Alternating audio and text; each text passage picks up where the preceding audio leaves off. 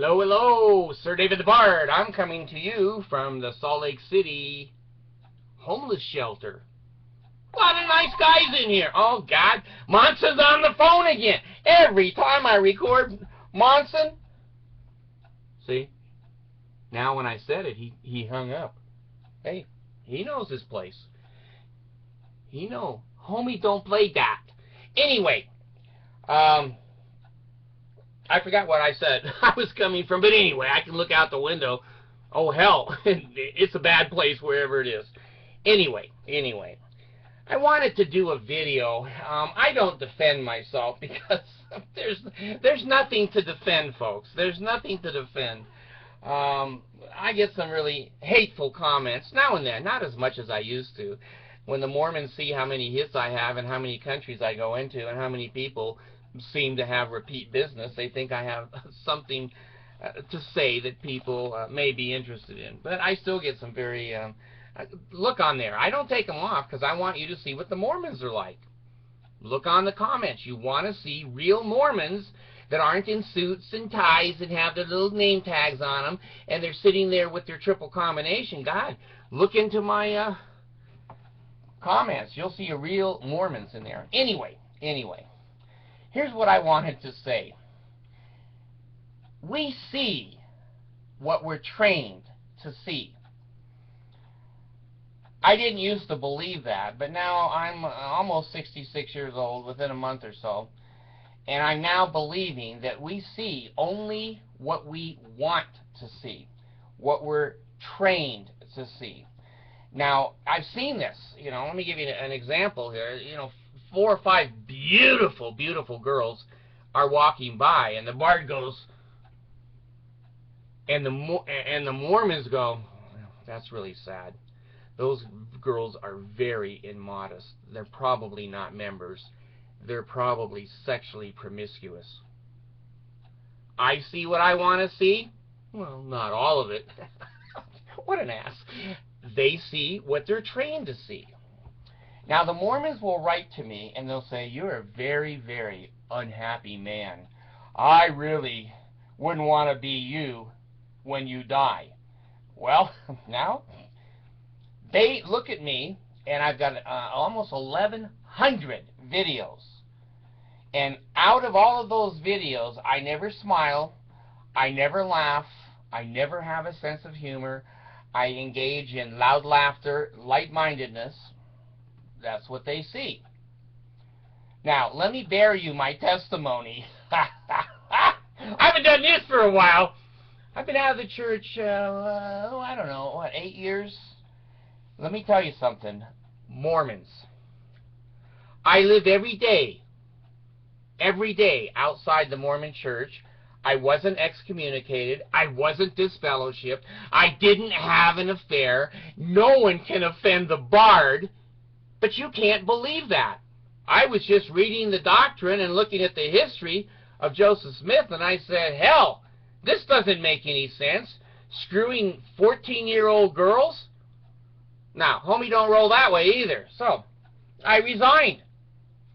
The Mormons didn't do anything to me. I quit them. Now, since then, I'm supposed to be unhappy, according to the Mormons, because anyone that's an apostate or leaves the fold, Satan is upon them. Satan is going to get them. Well, I haven't seen Satan since I left the Mormon church.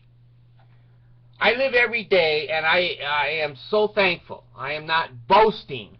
I am presenting evidence that I am not kicking against the pricks. The pricks are the leadership of the Mormon church. When I was in there, I was kicking against them all the time. Now that I'm out, free at last, free at last.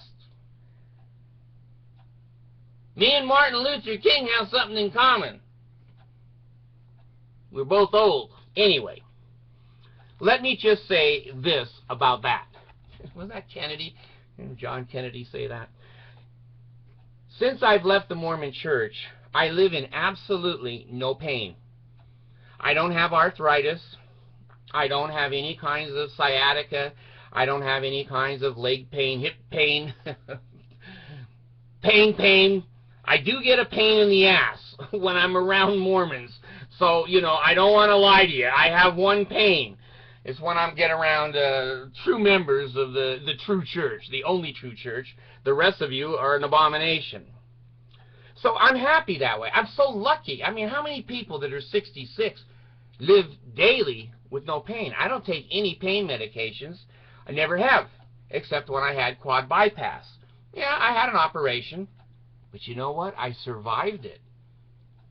Jesus helped the surgeon. Jesus had me recover.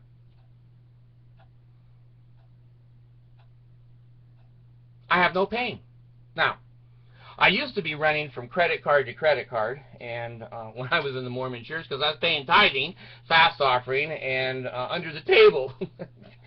That's called the missionary fund. Anyway, now, credit's good. God, when I put in for credit, I remember I would put my ATM cards in the ATM machine, and it would suck them in. It wouldn't give them back. And a sign comes up on the little panel that says, "You asshole." I go, well, they caught me. So I would lose credit cards all the time that way. I had cars when I was a Mormon that, damn, they wouldn't start in 8-degree temperature. This morning here, where did I say I was? Malibu? I'm always telling the truth where I am. I remember crawling under my cars as a Mormon all the time, trying to fix batteries, trying to hit the fuel pump that had gas in it when some water and it was frozen, vapor lock. Radiators, the caps were up in the air on ice. I worked like a dog when I was in the Mormon church, driving old bald tires, old bald cars, and an old bald head to top it off. This morning I went out. We have 2 new cars. Eeny, meeny, miny, mo. Oh, you know, you're all too young, but, you know, Obama knows this. Eeny, meeny, miny, mo. Catch a nigger by the toe. If he hollers every day, make him pay, pay, and pay. I think that's the Mormon church theme song for the blacks. Anyway, I drove the first car this morning. It's 4-wheel drive in the snow. Now, Jesus. When I was at BYU, I couldn't even drive in the snow. Bald tires, couldn't afford snow tires, and half the time the heaters in the car wouldn't work. I had a Volkswagen bus, no heater. And boy, I'll tell you, when you breathe, you got to hold your breath all the time you're driving, because your breath goes up on the windshield and you can't see shit. So you drive with one hand and you have an ice scraper with the other hand. Now, am I angry about that? No. Yeah, I think I am. See, this is my video to show you how happy I am. Now, I go out and just turn the key, and the pricks haven't touched the car. Wipers go, defroster goes, and the 4-wheel drive goes, and the Bard is smiling his ass off. I pay the payment on that car, crossover, with my tithing money. Then I had to take somebody else earlier this morning too. And I forgot where I parked the car. You know, this is dementia. I couldn't find the car in the parking lot. And I said, screw it, I'll just drive the other one. And I did. It's a brand new car. I get in that one. All I had to do was adjust the seat. It has these automatic buttons on it. And, you know, it's pre-programmed. So if I push the fat-ass button, it fits. It fits. And those leather seats are heated, and the GPS, and the Cyrus radio. Oh, I'm unhappy. I'm kicking against the pricks. The pricks are the one that was stealing my money, having 14 kids, because they said the more you have, the more you'll have in your kingdom to start it with. And the more you have, the more blessings you'll get. Let me tell you, the more you have, the less money you have. Anyway, I have 2 beautiful kids right now, and they're not Mormons. Hell, that makes me, look at the smile on my face. I'm going to go to their wedding. That makes me a happy camper. The fuck? My other kids, you know, banned me from their weddings because I wouldn't be in their cult. Well, Anyway, I'm happy with my wife. She's sweet. She makes me breakfast, and she works, and she helps in the house, and she's about the sweetest old thing in the world. The other 5 women, you could put them in a blender, and you're not going to get one good ice cube blended in there. Anyway, I have a house. Let's see, I had one house when I was in the Mormon church. Let's see, I mean, I must have had 2 or 3 houses when I was in the Mormon church. They all were foreclosed on. No money. Going off to Monson. Going off to the missionaries. In my day, going off to the building fund. I sent, let's see, one kid on a mission. My ex-wife sent another boy on a mission.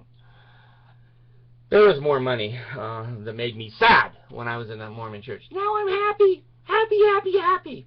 Now, see, the Mormons can't see this. They see this video. Oh, he's lying. He's lying, because they've been brainwashed to see a fat, bald-headed old man left the church. He must be unhappy.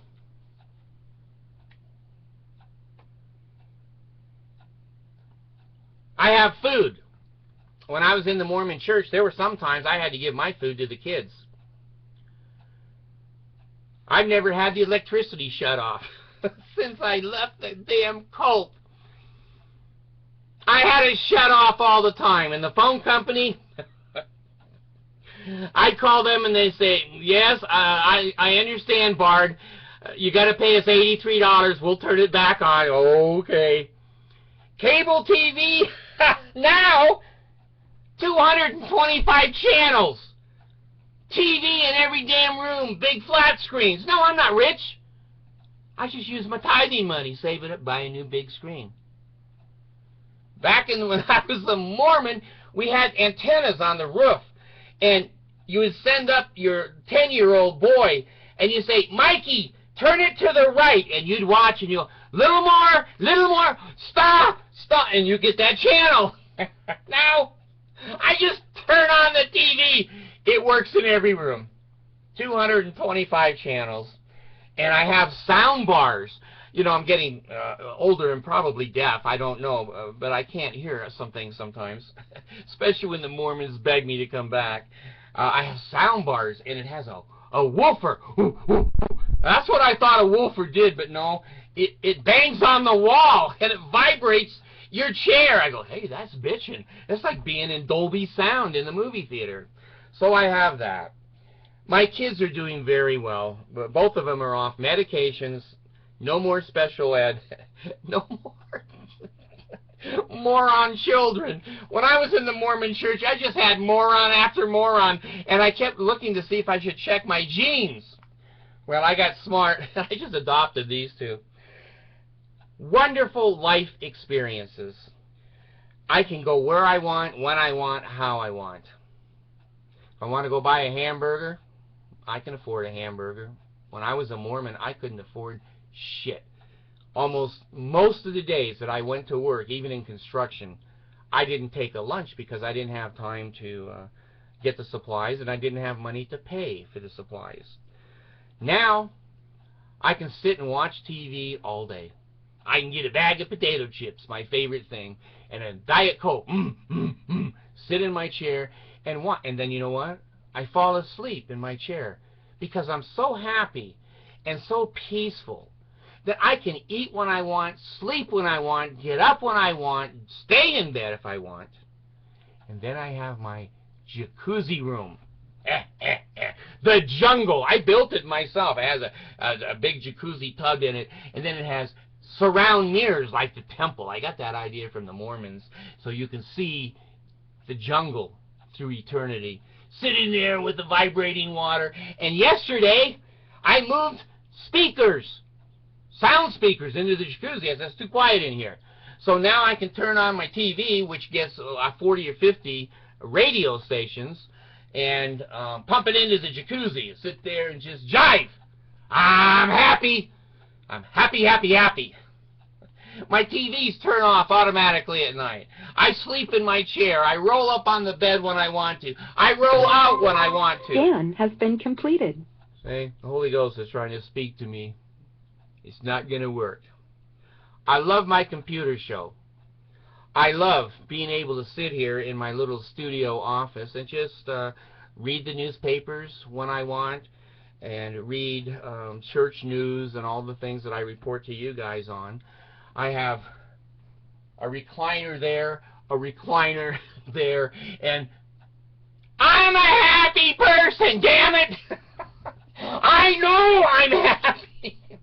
You can't be happy until you're out of the Mormon church. Because when you're in, you don't know what happiness is. You think you do because people have told you, oh, you're blessed. Having one ear and no nose could be a blessing.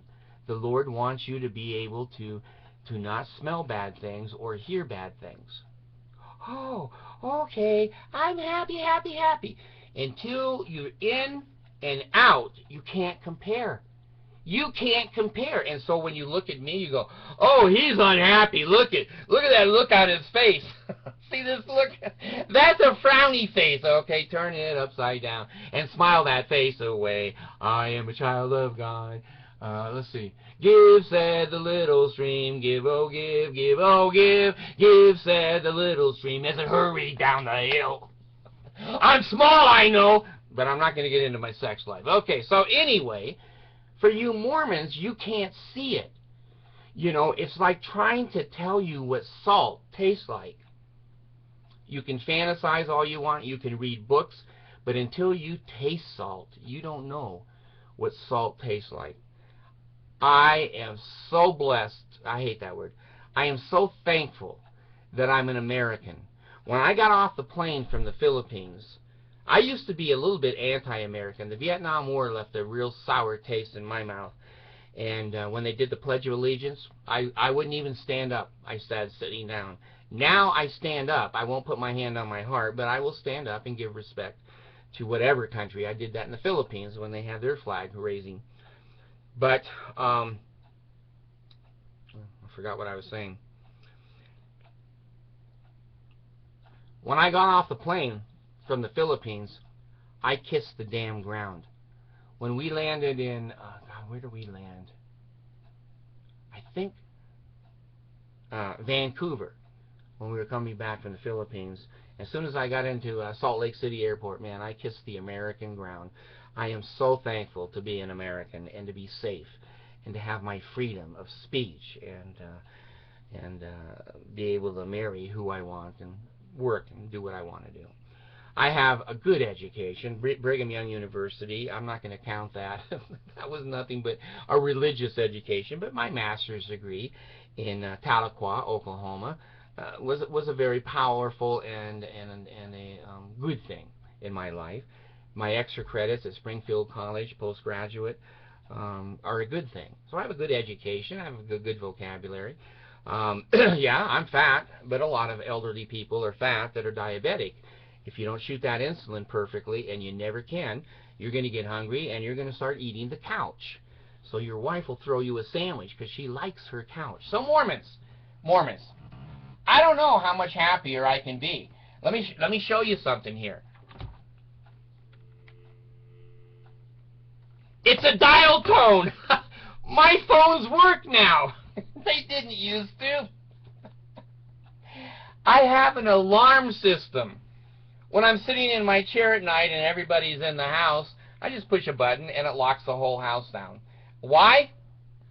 Am I paranoid? No, I'm not really paranoid. But you know, when you get older, you're not going to be Superman if somebody breaks in your house. And I was laying in here the other night and I heard something.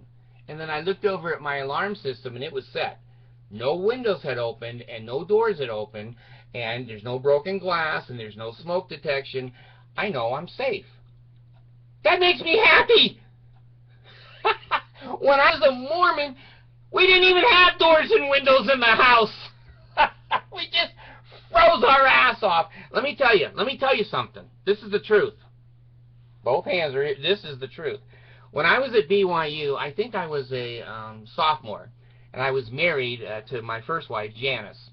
And we had Michelle, that was our oldest child. Well, we lived in a trailer, 8 by 35 foot trailer. Now that's a small trailer. That's a bedroom and a kitchen with a living room.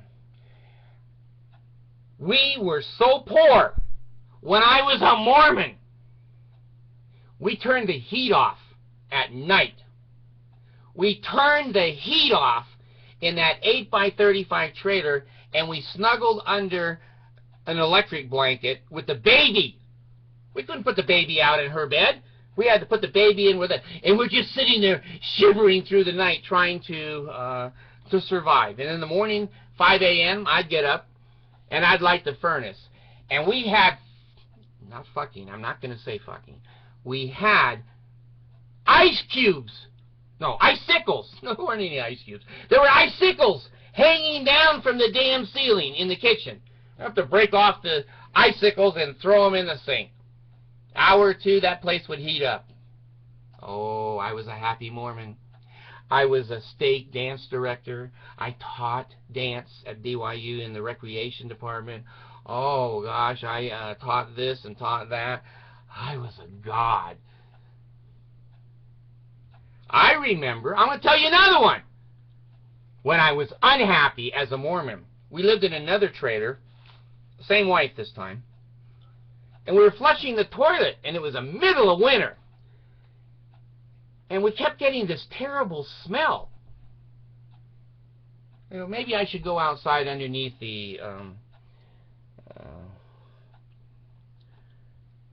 can't think of the word, and look at the drain pipe. Well, I climb under the trailer, and I don't go 1 foot, and there's frozen shit everywhere under our trailer. Now, I looked into the sea of shit, and I said, I'm unhappy. Maybe someday I'll leave the Mormon church, but I'm going to have to climb through this pile of shit and reattach that drain pipe. And I did. I did. I had a boat when I was at BYU. I bought a boat.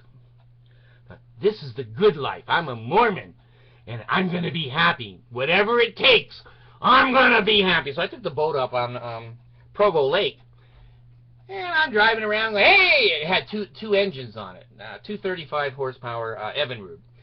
And I'm driving around having a good time, and pretty soon I hear this noise, a strange noise, and the boat starts going in circles.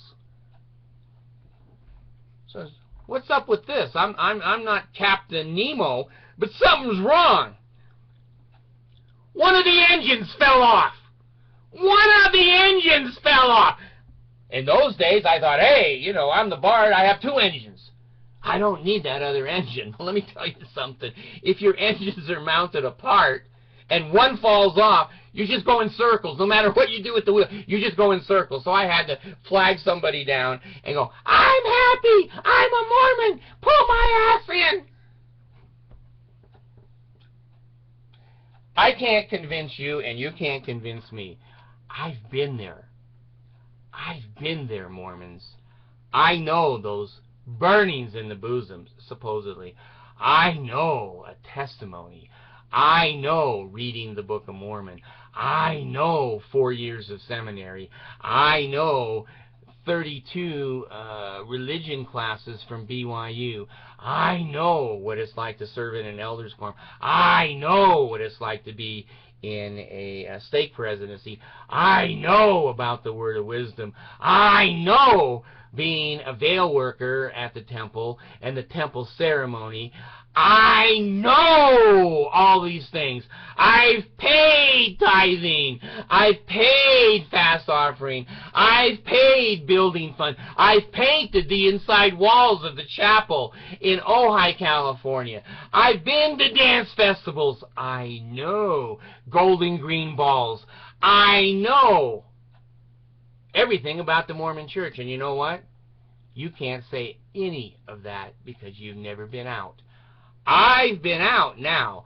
I know true freedom, freedom of choice, free agency.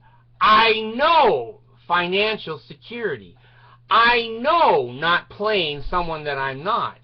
I know not wearing those stupid garments is a blessing. Is a blessing.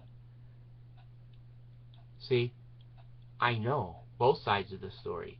You Mormons are only trained to look at me and go, well, he's unhappy. Well, if this is unhappiness, most people want me to wish it upon them. I love my program. I love my life. Bad things can happen to me. The Mormons could knock on my door again. Other bad things could happen to me. But I just felt it's important to have a perspective. Those of you that are Mormons, and a lot of you watch me. I have about 1,100 a day that hit me and watch. Oh, well, those are ex-wives. I mean, hit me in my program. And out of those, there's probably 60% that are LDS out of Utah and California and the western part of the United States. But anyway, been there, done that. Now I have a choice. Do I want to be a Mormon and have all those blessings? Or do I want to be out of the Mormon church and have all these blessings? I have more faith. I'm a kinder person than I was when I was a Mormon. I'm not ethnocentristic. I'm not narcissistic. Self-evaluation. But I'm happy. I'm happy just being a good human being. I don't need Jesus points. I don't want to be with Jesus. I see the way he treats his children, and you're one of them. You're one of his kids, and if you want a father like that, that ain't raising the bar. That's taking the bar totally away. Your Jesus sucks as a father, but you can't see it. It's a test. You know what I told him? I'm done. Test is over.